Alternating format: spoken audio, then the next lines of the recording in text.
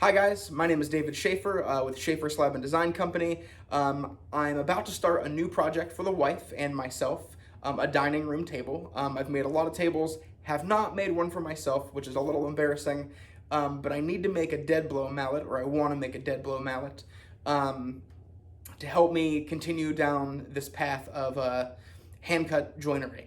Been doing a lot of mortise and tenons, been doing a lot of dovetails, and I just really need a mallet that can deliver a good amount of force without being too hard and without denting all the wood.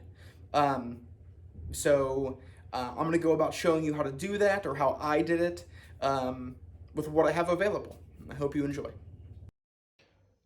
So I found these pieces of cherry. I had a couple pieces like this. I think I resawed it from a 2-inch board. And then I had some of this maple that I had resawn into a smaller board from like 1 inch down to like 5/8 or something. So I had this little piece I ran through the planer a couple times just to see how thin I could get it on my planer. Turns out close to 1/8 of an inch, which is pretty cool. But I have those two pieces. I don't really love maple to begin with, so I didn't really want to use that board if I didn't have to. So what I've done is I've cut pieces down and I started clamping them together. And I'm going to do 2 pieces of cherry on either side and the maple in the center. And hopefully the plan is to drill the holes in the like through the entire thing, and then add the BBs, and then sandwich on 2 other sides. And then once I do that, turn it on the lathe back there. Right now, I meant to show you earlier, but I forgot what I was doing. I've actually started turning a walnut handle here. This guy. I think it started off close to like 2¼ inches, but it was a weird cut. It wasn't square exactly, so like I think one end was like 1.5 inches and the other end was like 2¼ inches. So either way, I've just turned it round, and I'm gonna start tapering it down. And I think I want to go with some kind of, it's hard to explain it other than like a teardrop or like a round, whatever. I'll show it to you later.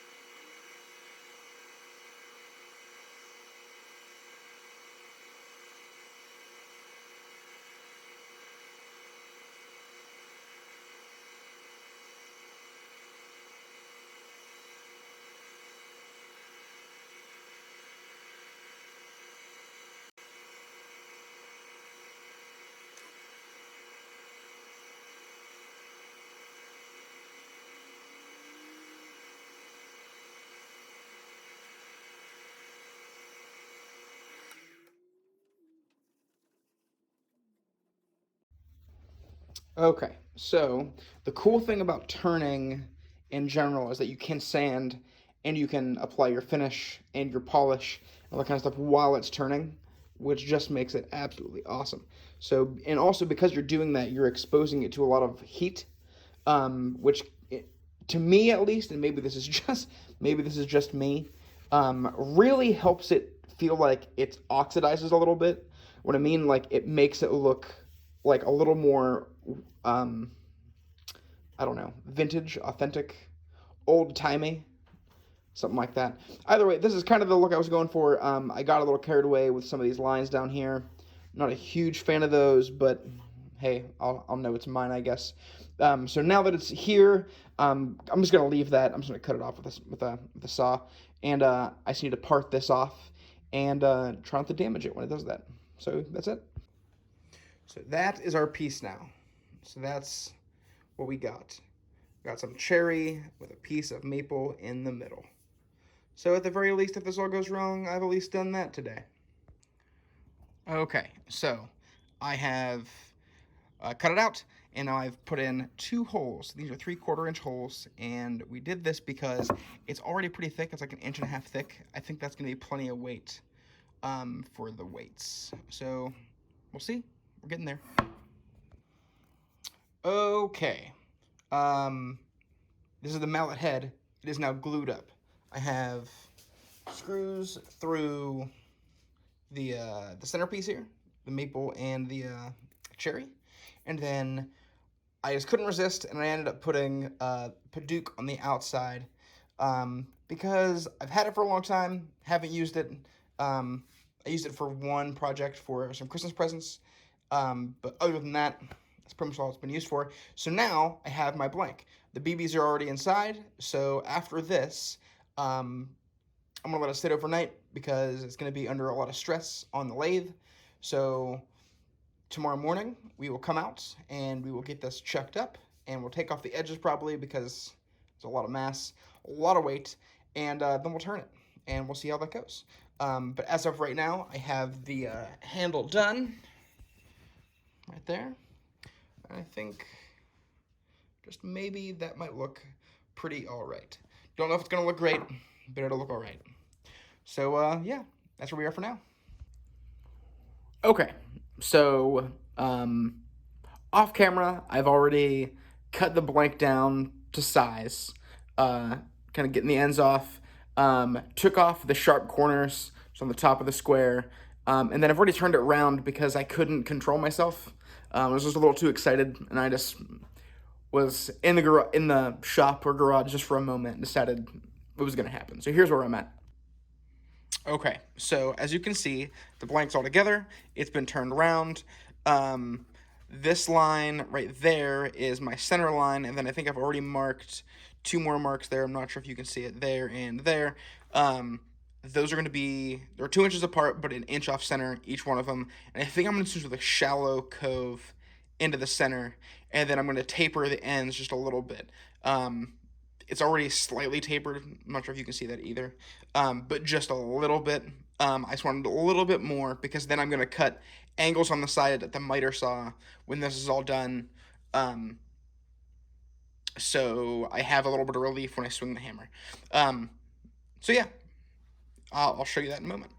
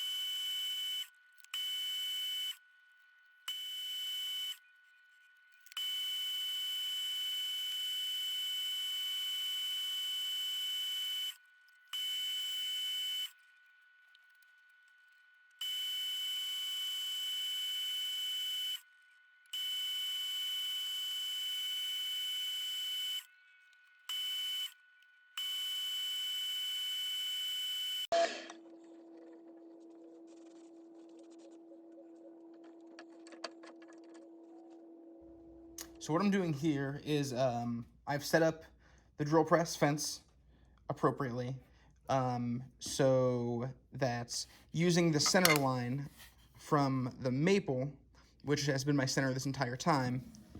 I can set this down, use this little square here, I'm knocking stuff over, this little square, and line up exactly 90 degrees to the table, so that when I come down here, I can line up my drill press quill right to center. And that way I can kind of hold it still, double check my square, which I am there. So a little budge here.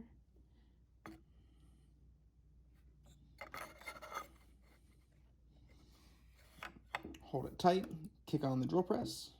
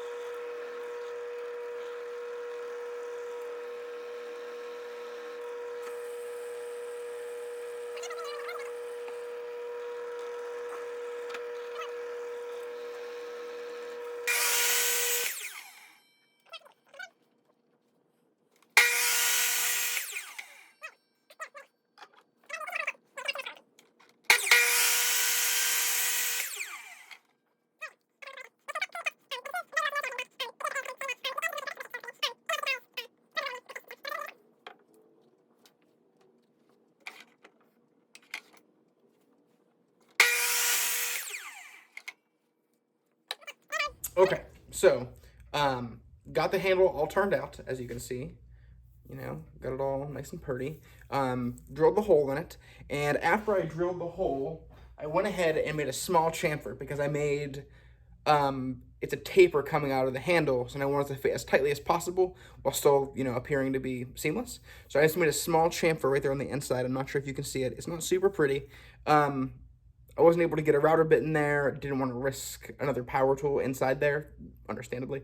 So I went ahead and used a 1/4-inch chisel, and just kind of rode the bevel all the way around the inside, trying to pay attention to grain pattern and that kind of stuff, just to make sure I didn't get any tear out right around the lip. So when I go to do it, I take the handle like this. I've already trimmed it down a little bit from what you guys saw earlier, and it should fit nice and tight right inside there. And hopefully, as that taper comes up right there on the inside, that'll kind of like take up that little bit of that space and just make it like a nicer fit. It is still a little tight, which I don't mind at all, because here in a moment I'm going to give it a little sanding just to make sure I don't have any funky spots on it, and then I'm gonna put some wood glue on it and send it on through. So yeah, the handle, got a little sandpaper. You can buy these little bundles from like Woodcraft. I think this was like 15 bucks on sale. But it comes with a bunch of different sanding papers. This is 180, I believe. That doesn't feel like 80, so I'm pretty sure this is 180. But once you do that, you just kind of wrap it around there and just give it a little twist. When I was turning it, I got finish on it, which the finish is just mineral spirits. Also, of which I think I showed you guys, I used some butcher block oil. Butcher block oil is great. The problem is it's not everywhere, but fortunately the butcher block oil is just mineral spirits. Not mineral spirits, but mineral oil, which they sell at every drugstore. So go get a bottle. It's good on pretty much everything. On the mallet head, I just used same thing, the mineral oil, wiped off the excess, and then I used some Howard's. It's a wax and oil combo for butcher block conditioner and that kind of thing. The reason I like it is because it's renewable. I don't have to worry about this thing having a film finish and shipping. So once I get this together, it's gonna be really easy to rejuvenate, as often as I want. So handle head, little glue. I'm just gonna go ahead and squeeze a little bit into the bottom, because I think I'm gonna get a pretty close fit. If I don't, pop it back out, and that's gonna be a pain. Then just a little bit right there on the shaft. Don't need much, especially don't have to squeeze out that kind of stuff. Actually, in this case, I'm gonna go ahead and just wipe some on to make sure it's a nice thin coat. It's not getting everywhere. Already got a little on the rest of the handle, so I'm gonna wipe that off real quick. The nice thing about using this finish too, wood glue doesn't like to stick to waxy surfaces. So if I got a little wax on there, it's gonna be all right. See, my handle is kind of tight already. Just gonna go ahead and